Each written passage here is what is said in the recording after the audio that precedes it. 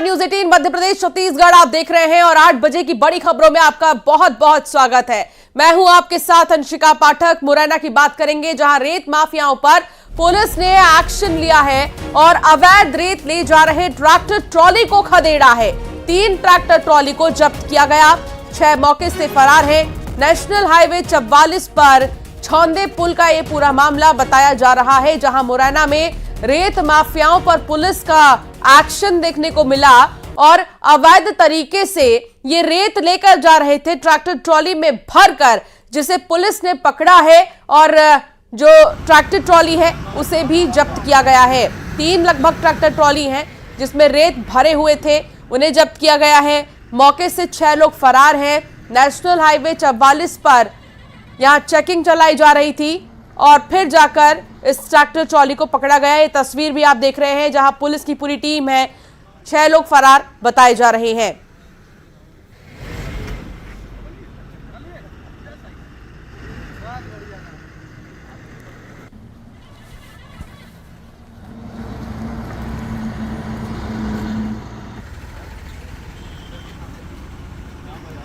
तो एक्सक्लूसिव तस्वीर आप देख रहे हैं जहां रेत माफियाओं पर पुलिस ने एक्शन लिया है।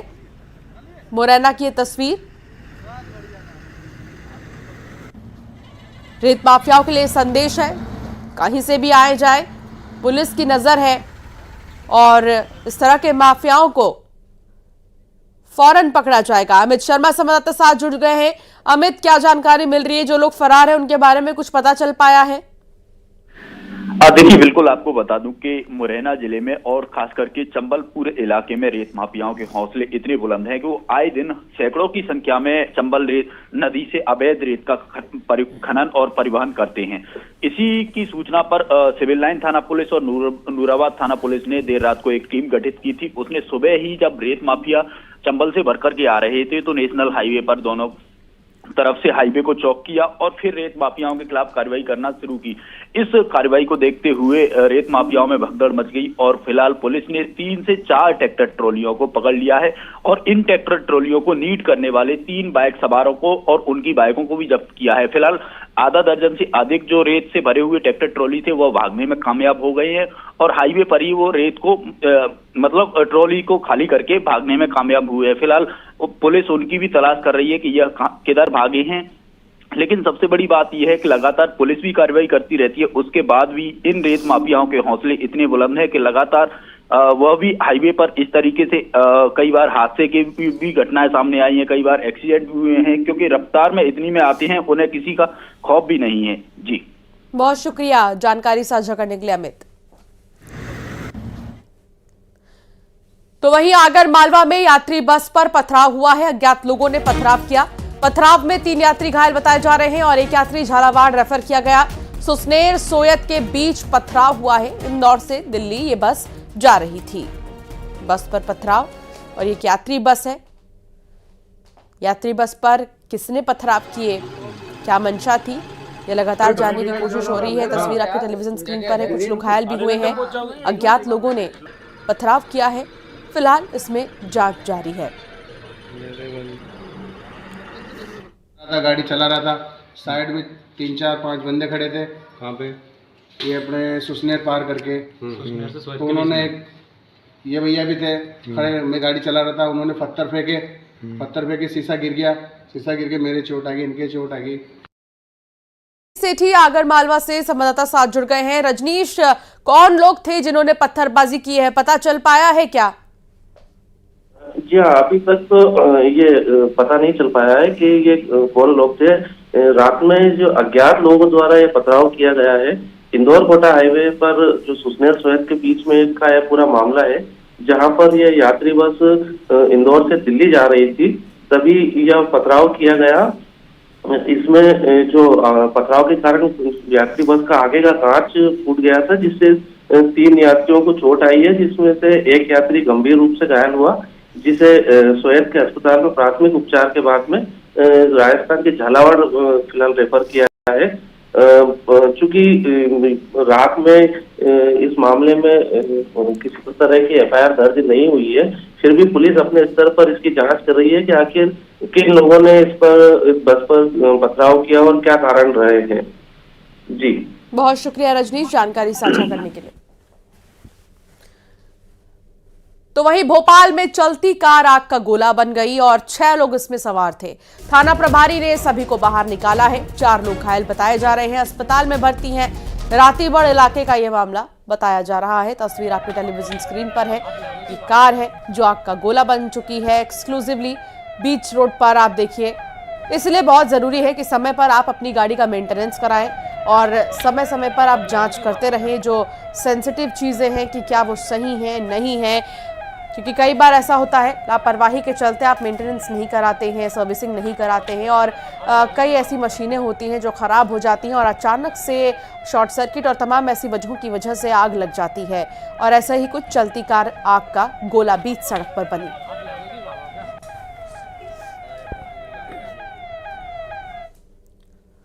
और अब बात इंदौर की, जहां पुलिस ने बदमाशों का जुलूस निकाला है। आरोपियों ने घर के बाहर कार में तोड़फोड़ कर दी थी। आरोपियों को घटनास्थल पर लेकर पुलिस पहुंची। आरोपियों से सड़क पर उठक बैठक लगवाई। बाणगंगा के वृंदावन चौराहे पर उत्पात इन्होंने मचाया था और अब माफी मांगते फिर रहे हैं कि आज के बाद ऐसा नहीं करेंगे। देखिए और सुनिए।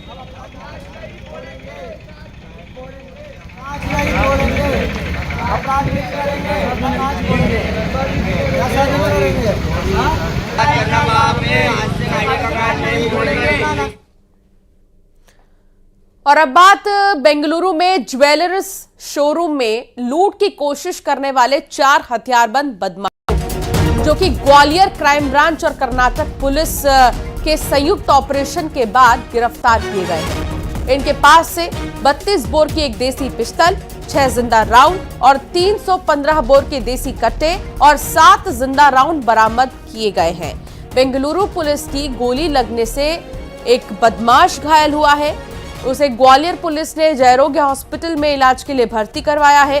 ग्वालियर पुलिस को कर्नाटक पुलिस से सूचना मिली थी कि लूट की कोशिश को अंजाम देने वाले बदमाश कर्नाटक एक्सप्रेस से ग्वालियर आने वाले हैं। सटीक सूचना मिलने पर ग्वालियर पुलिस की क्राइम ब्रांच ने कर्नाटक पुलिस की टीम के साथ घेराबंदी की और 4 को गिरफ्तार किया गया। पूछताछ में खुलासा हुआ है कि बदमाश मुरैना जिले के रहने वाले हैं।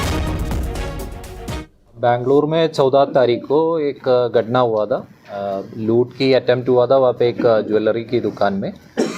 उसमें अपने बगल वाले ज़िले के 5 बदमाश उधर गए और ये वारदात को अंजाम दिया। फिर हमारे पास बेंगलुरु पुलिस की रिक्वेस्ट आ गया और हमने जॉइंट ऑपरेशन करके 5 में से 4 को गिरफ्तार करने में सफलता मिला है। और अब खबर सागर की, जहां 21 नामजद सहित 100 छात्रों पर केस दर्ज किया गया है। बलवा और आपराधिक षड्यंत्र का मामला दर्ज किया गया है। केंद्रीय विश्वविद्यालय में प्रदर्शन का ये पूरा मामला है, जहां दिव्यांग छात्रों की मांगों पर इन्होंने प्रदर्शन किया था। देर रात यूनिवर्सिटी परिसर में हंगामा हुआ था।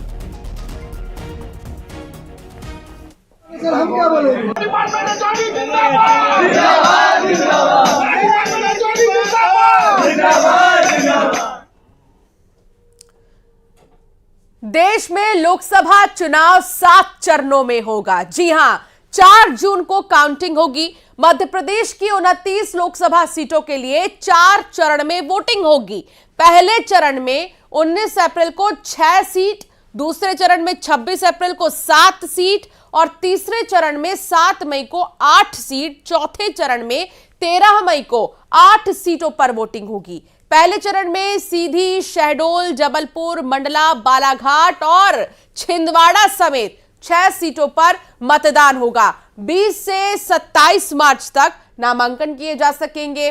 28 मार्च को नामांकन पत्र की जांच होगी और 30 मार्च तक नाम वापस लिए जा सकेंगे। तो वहीं दूसरे चरण में प्रदेश की 7 सीटों पर 26 अप्रैल को मतदान होगा। इसमें कौन कौन सी सीटें हैं वो भी आपको बता देते हैं। टीकमगढ़, दमोह, खजुराहो, सतना, रीवा, होशंगाबाद, बैतूल और ये लोकसभा सीटें शामिल हैं। तीसरे चरण में ग्वालियर, मुरैना, भिंड, गुना, सागर, विदिशा, भोपाल और राजगढ़ समेत 8 सीटों पर मतदान होगा। चौथे चरण का मतदान 13 मई को होगा। इसमें देवास, उज्जैन, मंदसौर, रतलाम, धार, इंदौर, खरगोन और खंडवा समेत 8 सीटों पर वोटिंग होगी। तो मध्य प्रदेश में इस बार 5,63,40,064 मतदाता अपने मताधिकार का इस्तेमाल करेंगे। तो घर से निकलिएगा, वोट डालिएगा। आपका एक एक वोट बहुत जरूरी है। देश में नेता चुनने के लिए आपका नेता कैसा हो, आपके मुद्दे, ये तमाम चीजें आप अपने दिमाग में रखते ही हैं। ये तमाम चीजें सोचकर आप घर से बाहर निकलकर ज्यादा से ज्यादा वोट डालिए और रिकॉर्ड तोड़ इस बार वोट डालने का लक्ष्य रखिए। तो कब कब चुनाव होंगे, कितनी सीटों पर होंगे, ये समझ लीजिए ग्राफिक्स के जरिए। छत्तीसगढ़ में 3 चरण में क्योंकि चुनाव होंगे 19, 26 और 7 मई को। तो चुनाव की तारीखों के ऐलान के बाद बीजेपी ने पूरी तैयारी का दावा किया है। सीएम डॉक्टर मोहन यादव ने कहा कि बीजेपी कार्यकर्ता तीसरी बार मोदी को पीएम बनाने के लिए तैयार है। सुनिए क्या कहा उन्होंने। 400 पार 370 बीजेपी, और मैं उम्मीद करता हूं अच्छे कामों के भरोसे से मोदी जी फिर इस बार 400 पार 370 बीजेपी और साथ ही अलायंस के साथ मिलकर के हम 400 सीट जीतेंगे। और प्रदेश के जो आंकड़े आपके इलेक्ट्रॉनिक चैनलों पर आ रहे हैं, सर्वे एजेंसियां जो बता रही है कि अब की बार 29 की 29 सीट बीजेपी को मिल रही है। भारतीय जनता पार्टी चुनाव को लेकर पूरी तरह से तैयार है और हमारे बूथ स्तर तक सारे कार्यकर्ता चुनाव के लिए लग गए हैं। और यहाँ पर जो उत्साह दिख रहा है, बैतूल में जो कार्यकर्ता सम्मेलन है, उससे आप अंदाज लगा सकते हैं भारतीय जनता पार्टी के कार्यकर्ता मोदी जी को तीसरी बार प्रधानमंत्री बनाने के लिए उत्साह से भरे हुए। तो चुनाव तारीखों के ऐलान के बाद बीजेपी और कांग्रेस दोनों ने ही फुल प्रूफ तैयारी का दावा किया। बीजेपी के प्रदेश अध्यक्ष ने कहा कि इस बार हम इतिहास रचेंगे। तो वहीं कांग्रेस के नेता पीसी शर्मा ने कहा कांग्रेस की टीम बूथ स्तर तक सक्रिय है। सुनिए। जो देश के लिए, समाज के लिए, दुनिया के अंदर भारत को विकसित देश बनाने का जो संकल्प माननीय प्रधानमंत्री जी का है, इस दिशा में सबकी भूमिका बनेगी और मध्य प्रदेश में भी इस बार इतिहास बनेगा। ज्यादा से ज्यादा मतदान भी होगा और भारतीय जनता पार्टी प्रत्येक बूथ पर चुनाव जीतने के संकल्प के साथ आज हम काम कर रहे हैं प्रधानमंत्री मोदी जी के नेतृत्व में। और मुझे पूर्ण विश्वास है कि 29 की सीटें जीत करके इस बार मध्य प्रदेश के अंदर इतिहास बनेगा। तो ये कांग्रेस की पूरी तैयारी है। अगर अब विधानसभा का चुनाव देखें तो कांग्रेस का माहौल था और 9 में से 7 चैनल कांग्रेस की जीत की बात कर रहे थे। उससे भी हमारी मंडलम, सेक्टर, ब्लॉक की सब तैयारी हुई थी, वो तैयारियां बरकरार है। कल जीतू पटवारी जी ने जितने भी जिलाध्यक्षों की वर्चुअल मीटिंग ली, आज ब्लॉक अध्यक्षों की भोपाल की मीटिंग हुई, सब जगह मीटिंग चल रही है। और इधर सीएम डॉक्टर मोहन यादव ने कांग्रेस पर बड़ा हमला बोला है। उन्होंने कहा कि धीरे धीरे कांग्रेस रसातल में जा रही है। जहां जहां राहुल गांधी जा रहे हैं वहां वहां कांग्रेस कमजोर हो रही है। देखिए, चुनाव का नतीजा 2014 का लो, 2019 का लो, लोकसभा के दोनों चुनाव में कांग्रेस और धीरे धीरे रसातल में जा रही है। और आने वाले समय में तो कांग्रेस की और बुरी स्थिति रहेगी। आज मध्य प्रदेश में तो कांग्रेस छोड़ो अभियान चल रहा है। जहाँ जहाँ राहुल गांधी गए वहाँ पीछे पीछे लोग कांग्रेस छोड़ते हुए जा रहे हैं। और अभी 50,000 से ज़्यादा कार्यकर्ता कांग्रेस के अलग अलग स्थान पर कांग्रेस छोड़ने को तैयार है। और मुश्किल से अब हमारा 13 मई लास्ट चुनाव चरण है और आज लगभग 16 मार्च हो गया है। आप बताइए, 60 दिन भी हमारे पूरे नहीं बचेंगे, लेकिन इतने कम समय में पूरा चुनाव होगा तो कांग्रेस अपने कैंडिडेट नहीं घोषित कर पा रही, कांग्रेस को कैंडिडेट नहीं मिल रहे, कांग्रेस की कोई तैयारी चुनाव को लेकर नहीं है। लेकिन फिर भी मैं तो उनके प्रति सद्भावना दिखाता हूं कि वो अपनी तैयारी करें। अभी इस चुनाव में तो जो होना हुआ, कांग्रेस अपने पुराने गौरवशाली अतीत के कारण जानी जाती थी, लेकिन कमज़ोर लीडरशिप में जो कांग्रेस की दुर्दशा हुई है, मैं उम्मीद करता हूं कि उनके नेता इसका विचार करेंगे और वो अपने बारे में, अपनी पार्टी के बारे में जरूर कोई अच्छा कदम उठाएंगे। चुनाव की तारीख को ऐलान के बाद पूर्व मुख्यमंत्री शिवराज सिंह चौहान ने भी न्यूज 18 से खास बातचीत की। उन्होंने क्या कहा, देखिए।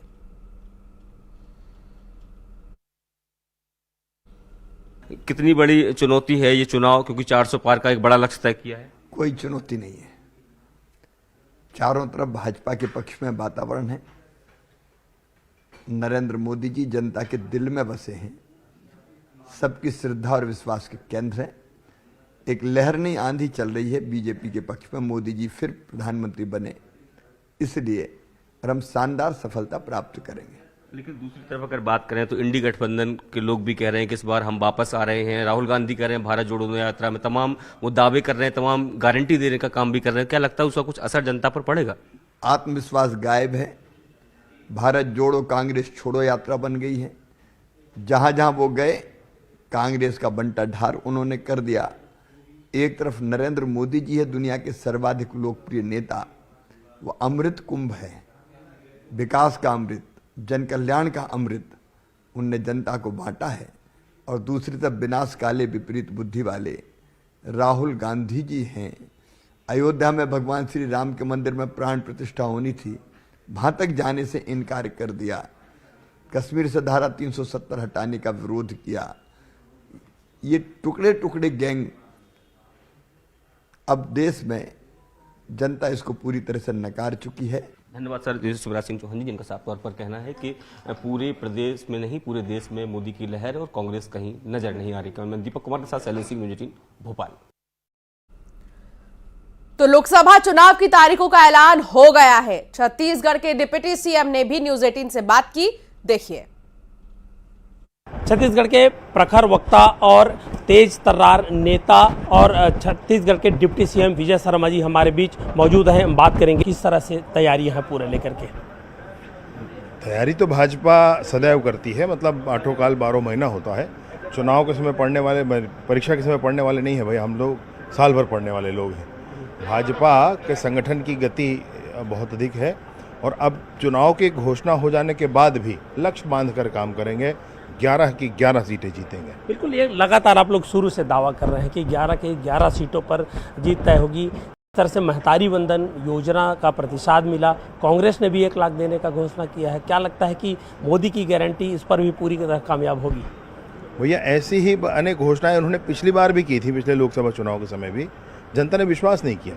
अभी भी पिछले विधानसभा में अगर आप देखेंगे तो कांग्रेस ने तो 15,000 रुपया प्रतिमाह या प्रतिवर्ष देने की बात कही थी, भाजपा ने तो 12,000 रुपये ही कहा था। लेकिन आम जनता ने, माताओं बहनों ने भाजपा का विश्वास किया जी। तो विश्वास तो होना चाहिए भाई। कोई चौराहे पर रास्ता चलते कुछ भी बोल दे तो कैसे होगा? जो सरकार बनाने वाली पार्टी होती है उस पर विश्वास के साथ जनता मतदान करती है। ये दावा कर रहे हैं डिप्टी सीएम विजय शर्मा जी और कह रहे हैं अगर देश में डंका बजा है तो मोदी जी का बचा है और इसीलिए छत्तीसगढ़ के 11 की 11 सीटों पर जीत है वो तय होगी। कैमरा पर्सन मनीष गीते के साथ युगल तिवारी, न्यूज़ 18 रायपुर, छत्तीसगढ़। तो लोकसभा चुनाव की तारीखों का ऐलान हो गया है, आचार संहिता भी लागू हो गई है, जिसके बाद प्रशासन सड़कों पर उतरा और सार्वजनिक स्थलों पर लगे राजनीतिक दलों के बैनर पोस्टर हटाए जाने लगे। शाजापुर और जबलपुर की तस्वीर आप देख रहे हैं, जहां निर्वाचन आयोग की प्रेस कॉन्फ्रेंस के तुरंत बाद ही नगरपालिका का अमला विभिन्न इलाकों में पहुंचा और सभी जगहों में लगे राजनीतिक दलों के बैनर, पोस्टर, फ्लेक्स हटा दिए गए।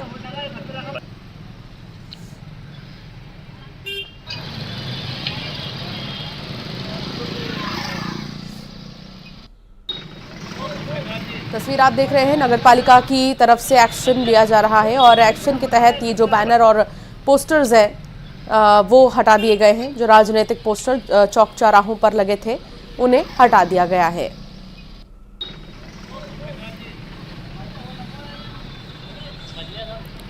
शाजापुर और जबलपुर की तस्वीर, दोनों ही जगह पर जो बैनर्स लगे थे बीच सड़क पर योजनाओं को लेकर और मेहमानों के स्वागत के लिए जो पोस्टर्स लगे थे उनको हटा दिया गया।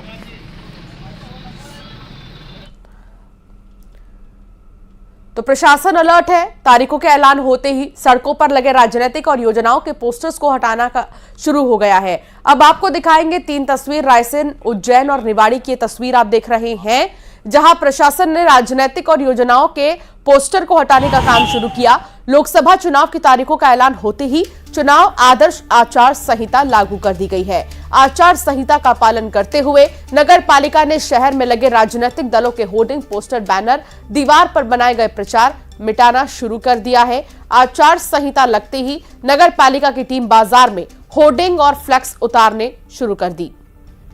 ये 3 तस्वीर रायसेन, उज्जैन और निवाड़ी की आप देख रहे हैं। दीवार पर लेखन जो किया गया था अब उसको भी मिटाना शुरू कर दिया गया है। तो उधर ग्वालियर में भी आचार संहिता लगते ही पुलिस प्रशासन एक्टिव है। शहर में कलेक्टर ने फ्लैग मार्च निकाला और कलेक्टर ने दलबल के साथ बाजारों में फ्लैग मार्च निकाला। इस दौरान कलेक्टर रुचिका चौहान खुद सड़कों पर पैदल चलती हुई नजर आई। आप देखेंगे तस्वीर फ्लैग मार्च की, जहां पर जागरूक किया गया जनता को। चुनाव की तारीखों का ऐलान हो चुका है और साथ ही पोस्टर बैनर हटाए जाने के साथ साथ पुलिस का यह फ्लैग मार्च, जहां कलेक्टर रुचिका खुद पैदल चलकर लोगों को संदेश देती नजर आई।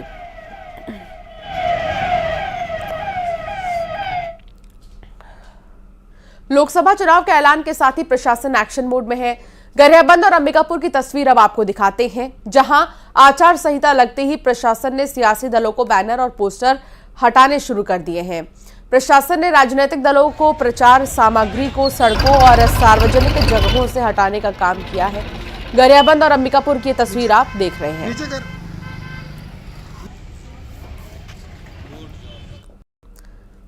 अब देखिए कोरबा और बिलासपुर की तस्वीर, जहां चुनाव की तारीखों के ऐलान के साथ ही प्रशासन मुस्तैद दिखा है और शहर में लगे बैनर और पोस्टर्स को हटा दिया गया है।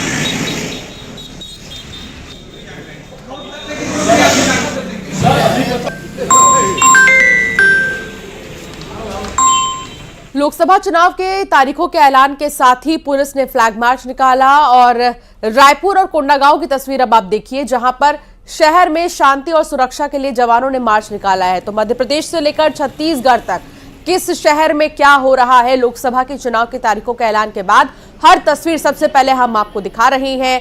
आचार संहिता के लागू होते ही राजनीतिक पोस्टर्स को सड़कों से हटाया जा रहा है, चौक चौराहे से हटाया जा रहा है और दीवार पर जो लिखे हुए हैं स्लोगन्स, राजनीतिक स्लोगन्स, उनको भी मिटाया जा रहा है। फ्लैग मार्च निकालकर पुलिस लोगों को जागरूक कर रही है और इस सिलसिले में रायपुर कोंडागांव में भी इसी तरह पुलिस ने फ्लैग मार्च निकाला।